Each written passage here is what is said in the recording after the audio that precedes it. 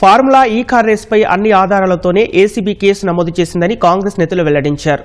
Governor అనుమతి వచ్చిన తర్వాతే ఏసీబీ ముందుకెళ్తోందన్న హస్తం పార్టీ నేతలు ఆ విషయంపై అసెంబ్లీలో చర్చించాల్సిన అవసరం లేదని స్పష్టం చేశారు. కేటీఆర్ ఏ తప్పు చేయకపోతే కోర్టులో తేల్చుకోవాలని సూచించారు. అరెస్టు చేస్తే జైలుకెళ్లి యోగా చేసుకుంటాను అన్న కేటీఆర్ ఇప్పుడు ఎందుకు అడ్డుకునే కుట్ర చేస్తున్నారని ప్రశ్నించారు.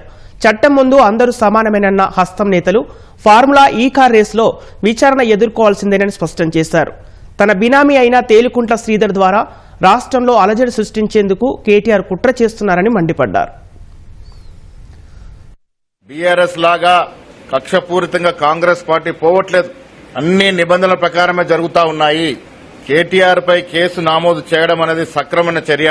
అవినీతికి పాల్పడినటువంటి కేటీఆర్ ఇవాళ తనకు తానే స్వాతిముత్యమని చెప్పుకుంటా ఉన్నాడు. చట్టరీత్యా కోర్టులో తీసుకోవాలి. కేటీఆర్ గారు ఏ సందర్భం వచ్చినా గానీ మీరు ఏం విచారణ చేస్తారో చేసుకోండి, ఏ జైల్లో పెడతారో పెట్టుకోండి అని మాట్లాడి ప్రాథమిక సాక్ష్యాధారాలతోని గవర్నర్ గారి ద్వారా ఆమోదం పొంది ఇవాళ ఏదైతున్నదో దాన్ని అడ్డుకునే విధంగా మేము ఏదైనా చేయగలుగుతాం అంటే మన అహంకారానికి నేను నిదర్శనం చెప్పండి. మేము ఏదైనా చేయగలుగుతాం ఒక భావంతో.